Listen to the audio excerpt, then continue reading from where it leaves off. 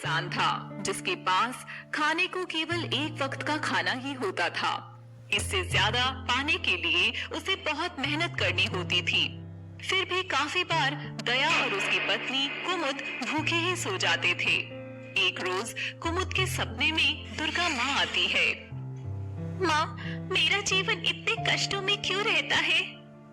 कुमुद, तुम्हारा काम है ईमानदारी से मेहनत करना, फल अपनी किस्मत पर छोड़ दो।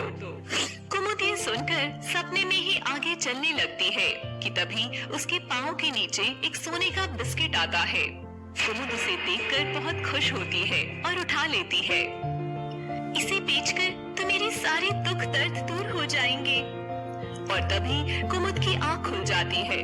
कुमुद इस बारे में किसी को भी बिना बताए ही अगले दिन उसी जगह जाती है और देखती है कि आसपास कोई भी नहीं है। तभी उसे दुर्गा माँ का मंदिर नजर आता है। माँ, आज नवरात्रि है, घर में खाने को दाना भी नहीं है, अपना चमत्कार दिखा दीजिए माँ। और तभी कुमुद आगे चलती है तो उसे पाँव के नीचे कुछ महसूस होता है और जब वह मिट्टी खोदती है तो उसे कपड़ों में लिपटे हुए 2 सोने के सिक्के मिलते हैं। अरे, ये तो केवल 2 ही सिक्के हैं। इससे मेरी गरीबी तो दूर नहीं होगी, मगर मैं इन्हें बेचकर जो पैसे आएंगे उससे घर में अच्छा खाना बनाऊंगी और नए कपड़े ले सकूंगी। और कुमुद उन सिक्कों को बेचने के लिए निकल जाती है। जैसे ही वे वहाँ से गुजरती है, एक छोटी बच्ची उसका पीछा करने लग जाती है। कुमुद सोने के सिक्के बेचकर पैसे ले आती है। तभी वो छोटी बच्ची उसके पास आती है। अम्मा, मैं बहुत भूखी हूँ, कुछ खाने को दो ना। कुमुद को लड़की को देखकर उस पर दया आ जाती है और वो थोड़े से पैसे उसे दे देती है। लड़की पैसे देखकर बहुत खुश होती है। कुमुद थोड़ा आगे जाकर कुछ कपड़े और खाने का सामान खरीदती है और घर लौटने लगती है। तभी उसे कुछ रोने की आवाज आती है। कुमुद उस ओर जाकर देखती है तो 3 लड़कियां एक झोपड़ी में बैठी हुई रोने लगती हैं। क्या हुआ? तुम रो क्यों रही हो? हमें भूख लगी है, 2 दिन से कुछ नहीं खाया। और कुमुद अपने सामान में से कुछ उन्हें दे देती है और फिर आगे चलती है। तभी कुएं के पास खड़ी उसे एक लड़की नजर आती है जो रो रही थी। कुमुद उसके पास जाकर पूछती है, आज नवरात्रि है, मगर मेरे पास ना कुछ खाने को है, ना ही कुछ पहनने को अच्छे कपड़े। माँ ऐसा क्यों कर रही है मेरे साथ?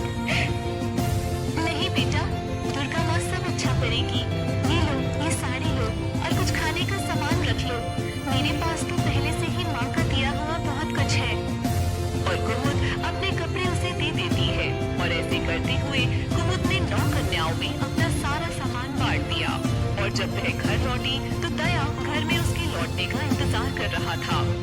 आगे भाग्यवान, क्या लेकर आई हो बाजार से? कुमुद ने ये सुनकर अपने पल्लू में छिपाई हुई आटे की पैकेट निकाली, जिसे देख दया चौंक गया। बस ये एक थैली? कुमुद ने दया को सारी बात बताई। कोई बात नहीं कुमुद, सब अपने भाग्य का खाते हैं। उन लड़कियों को चीजों की हमसे ज्यादा जरूरत थी। ला, तुम ये आटा खोलकर मुझे पिला दो। और कुमुद खुश होकर एक बर्तन में पानी लेकर वो आटे के पैकेट में उसे डाल देती है और दोनों पति पत्नी आराम से उसे पीने लगते हैं कि तभी कुमुद के घर का दरवाजा बजता है। कुमुद उठकर जैसे ही दरवाजा खोलती है तो सामने का नजारा देखकर चौंक जाती है। सामने वो 9 लड़कियां चमचमाते हुए कपड़ों में खड़ी थी और उनके शरीर से तेज रोशनी आ रही थी। तुम सब यहाँ कैसे? आओ आओ, अंदर आओ। मगर तभी वो सारी लड़कियां एक दूसरे से मिलती हुई तेज रोशनी पैदा करती हैं और देखते ही देखते वहाँ दुर्गा माँ प्रकट हो जाती है। दुर्गा माँ को देख कुमुद और दया दोनों माँ के आगे झुक जाते हैं। मैं धन्य हो गई माँ, मैं धन्य हो गई। उठो बच्चों, कुमुद, मैं तुम्हारी भक्ति से बहुत खुश हूँ। तुमने खुद का सुख त्याग कर उन कन्याओं का दुख समझा। आज से तुम्हारी सारी तकलीफें खत्म।